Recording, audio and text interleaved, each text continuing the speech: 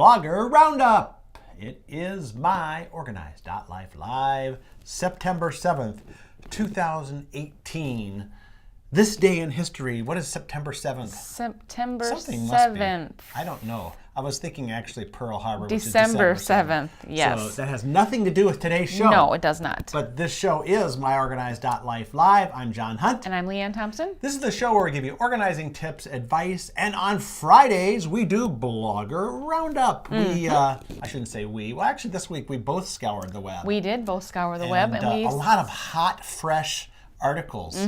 From 3 the hot blog. off the press. Hot off the, like literally published in the last 24 hours. Yes, exactly. So, yep, you're right. This is exciting stuff. Very big stuff. Now some of the names you will recognize because of course, they we've are had all on our, 3 of these featured before. That's right. But it's Blogger Roundup, so let's get going because the day is getting short. It is. The light in the day is Oh, getting here we short go too. with your darkness again. Okay, we won't go What are you going to say? It's dark at 4 o'clock now? Just about. I know. 4:15.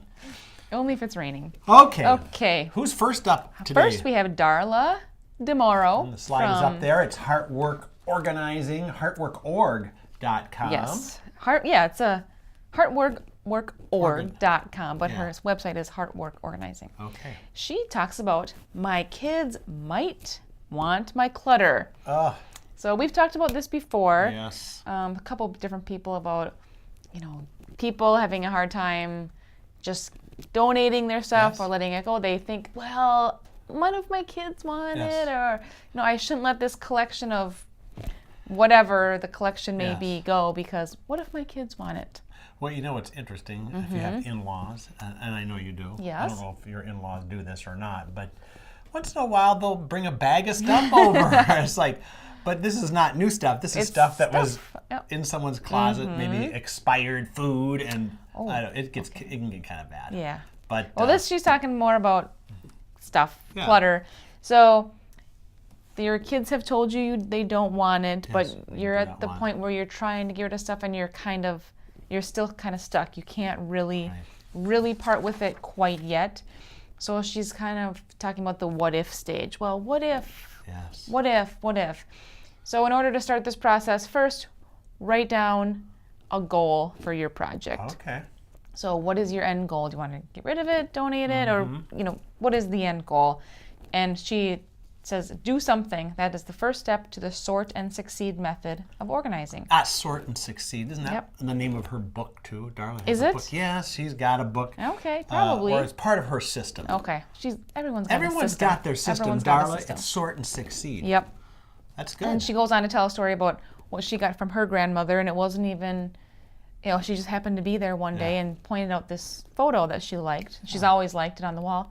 Her grandma took it off the wall and gave it to her. And she said that's the most precious thing that she could have gotten. Well, there are things that can be passed down from generation to generation that you do want. Right. So, but I think what I was talking about earlier were those things that you don't really want them, but they can't. I think there's something about people can't throw things away, and they think it'll just be better if someone else uses it or throws it away behind their back so they don't have to deal with all the stress. Yep. Right? And she talks about if you think you can pass something on now, you should do it while you still can. Yes. Yeah. And then, if you're still stuck, take a picture of it, send it to your kids, say, are you interested in this? And you're going to have to be ready to either hear, like, no, thanks, that's not my style, or, yeah, I'd love to take it. So either way, you kind of have to take it for what it's worth. Right. But it's hard, but it's a good article. So people should go and read the full article. We'll put the slide up again here. It is heartworkorg.com. Darla Tomorrow, been on many of our podcasts. In fact, we have one coming up in a few weeks with her. Yes, we do. So that is at the stay tuned. Is that the end of the month? Stay tuned for that. That is coming up in the next couple weeks. I can't give you an exact date. Okay. All right. This is a little bit different article. That's why I think you gave me this assignment. But this is actually from our friend Geraldine Thomas, metropolitanorganizing.com. And the article is, Why Join NATO? Demystifying NATO membership for new professional organizers. Wow, that's a mouthful. That is, and you got to understand, first of all, a lot of people don't even know what NATO is. But we talk about it all the time. All the time, because we are hand in hand with them. It's the National Association of productivity and professional they changed the name. organizers. I can never get it We right. need to get a sign right there so we can see what it actually. NAPO now because 2 P's. But no, anyway, it's NAPO. A lot of our viewers are NAPO members. NAPO is a professional organization for professional organizers and productivity consultants. Right. So if you've ever thought about getting into a professional association, if maybe you are a professional organizer but don't belong, this article is a good one for you to check out because it talks about all the benefits of joining NAPO. Okay. So what are some of the bennies? Well, first of all, NAPO actually provides a lot of free information. So if you don't want to join, you can get advantage of things that are available to the general public right now. Like they have the Standout podcast. They have their own podcast. They do, and you were on it once. I was on it. So was Geraldine. In fact, Geraldine says here in her article that she was the very first guest. Was she really? Well, doesn't surprise me. Geraldine She's pretty outgoing. She's the media darling. She is. You know what I mean? Yeah, she's the Southern Belle. She is. She is. But NAPO also has a bunch of social media accounts. They're on Instagram, Facebook, Twitter, Pinterest, you name it. They're there. So even if you're not sure you should be in NAPO, you can go check out a lot of their social media and get a flavor for kind of what they're thinking about and what they're saying. Sounds good. Now, here's some advice from, this is a real beneficial piece of being a NAPO member, is advice from other members. And they have. And is this part of the paid? Yes, this is part of the paid membership. It's something called the NAPO Point. The Point. Yep, I've heard of that. Probably like a group or something. I think it is. Excuse me. But it's if you decide to join NAPO and take advantage of the point, you can complete a profile there. So people will know who you are. You can start networking with people. You can ask questions. Other organizers can answer. So in that kind of situation, it's kind of a support, help each other out thing. So it's a great thing. NAPO has a great community of organizers too. You know that from going to their I've been there a handful of times. Yep. Convention and retreat. And the members are fun. They are. We have a lot of fun members in NAPO. We do. We know who you are, don't we? Also, kind of a way of finding your way around, NAPO offers, this is probably their biggest benefit, is a lot of education for professional organizers. They offer webinars. They have a new member kit that goes out that has all kinds of ideas for new organizers. Of course, their email newsletter and things like that. So, and they have a NAPO University. Ooh. So, very good education. That's probably the strongest. And do you graduate from that or not? You never graduate. You never graduate from NAPO. You continue to, educate. Continuing ed? Yes, continuing ed. Cool. There's also, now NAPO is a national organization. There's also local chapters. So there maybe is one in your town. There's virtual chapters, and there's also special interest groups. So, there's maybe people that are dealing with chronic disorganization or that kind of thing. So. And the other thing that NAPO provides is you can become certified. You can become a CPO, Certified Professional Organizer. They get that little gold badge that they can put on their website. Yeah, it's great. So anyway, I'm going to put up the slide again. This is Why Join NAPO, Demystifying NAPO Membership for New Professional Organizers. This is on Geraldine Thomas's blog, which is at metropolitanorganizing.com. All right. Nice. Let's move to our next one. Oh, here she is again. Declutter Coach Deb. Declutter Coach Deb. Cabral. How are you doing, Deb? The professional organizer that is kind of, you never seen her and the Energizer Bunny in the same room.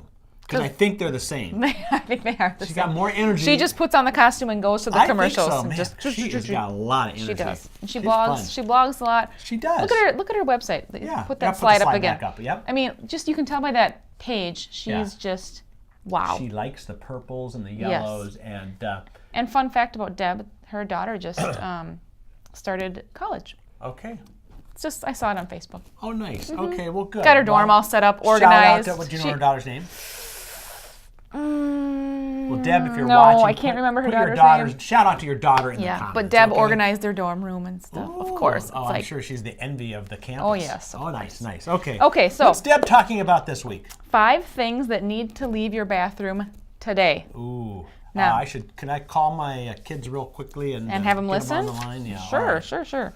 Okay, so she does have a little side note at the bottom that not everyone has the storage space to do this, so, take it for what you can. Right. Okay. Number 1, medicine. There's the medicine cabinet. Medicine cabinet, which also has 1,000 other things. 1,000 other things. Yes. You should not keep medicine in there because of the fluctuation in temperature, humidity. It's not safe to keep medication in there. Could go bad. Keep that in a neutral, 68 to 77 degree area. Okay. Number 2, jewelry. So a lot of people. Well, it's a nice little counter there to put jewelry on. Well, it's not the place for it. Nope, is it could get oxidized and tarnish and. That's right. Almost chemicals. Yeah, keep them somewhere else while you shower. Good idea. Extra razors. Again, the moisture and humidity could cause them to rust and dull, and you don't want to shave with the rusty blade. That's kind of gross. Kind of like. Let's see, bars of soap. Now this one, I'm not quite sure I agree with her. She says, "Are you sick of cleaning yucky soap off the counter every day?" Yeah. Well, okay, so that's if you have a bar sitting on the counter. But she also says in the shower. Yeah. So she says use liquid soap or something else. But we just had liquid soap in our shower. I mean, I am a fan of the bar soap in the shower. Yeah, I know that's just me.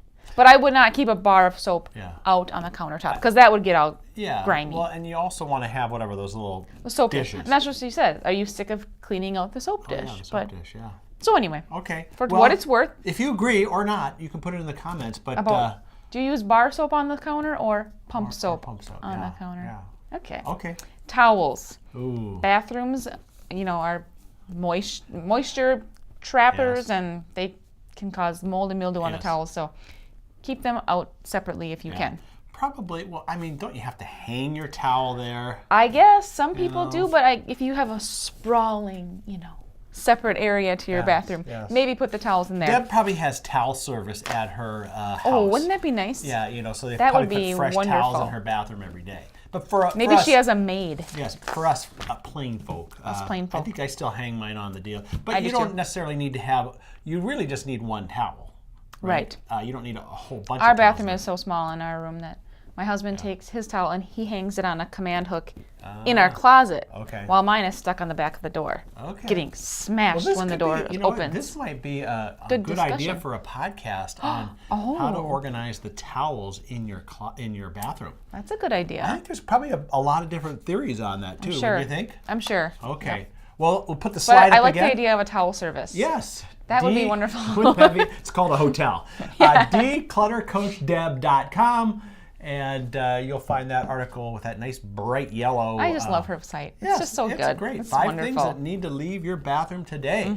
Okay. Nice little graphic too. Nice. All right. Well, that's it for Blogger Roundup. Another great job this week. Lots of fresh blogs. If you have a blog, fresh blogs. Yeah. If you know of a blog that we're not covering, even if it's yours, put it in the comments. If you update it regularly. Yeah. You have a really good chance of getting on this show because a lot of people just don't blog. I know. It's Blogging hard to is do. kind of a dying. Yeah, it's hard to dying breed. Yes. All right. Well, that wraps it up. We have next week on Monday. We're talking about chronic disorganization. Okay. So we'll do that. Tuesday, don't know exactly what's going on, but Wednesday is part 2 of Linda Samuel's Letting Go. Yep. It kind of almost ties in with the first article on the blog. It does. So if you missed that, you can go back to last Wednesday's show was part 1, but next Wednesday, part 2. Part 2. And then we've kicked off our fall organizing series for solutions. Can you believe it? You're gonna have to we had the big challenge this last week. On Thursday. The Easy Grip Challenge. That was yesterday. Yes. You have to go back and watch that one too. That was a lot of fun. And then next Friday, guess what? Blogger Roundup again. All right, now we're getting way ahead of ourselves. We're getting, Let's just say, have a nice weekend. It's nice to be organized, though. It is, but you don't want to give away the farm. We're not. We're just, don't you know, like in the network TV, I they're went always to like, school coming up at 6. I went to school for TV. I know the drill. They sit there and they tease you about all these things. Right, but they don't say coming up next Friday. Murder at 6 tonight. Yeah. Oh, man. Okay. Yes, well, okay. We just want to give you plenty of heads up so you can plan your week. A lot of these organizers plan their week. Do they plan it around our show? I think they would. I would if I were them. Okay. I do. I have to plan the show around my schedule. That's because it's our job. That's right. That's true. Okay, enough of that. All righty. Have a great weekend, and we'll be back Monday, 2 p.m. Central, 3 Eastern, noon Pacific, right here on myOrganized.life live. Now there's a place just for you. Life can be busy, and you still have to keep it all together. That's why you like to be organized and in control. Introducing myOrganized.life, a special place where you can get ideas and solutions to organize what's important to you, your important papers, your important decisions, your important life events. We show you the ideas and products to stay organized in your life. See what's new. Stop by and say hello. Visit us at any time at www.myOrganized.life. It's just for you. myOrganized.life by Smead. Find us at www.myOrganized.life. myOrganized.life.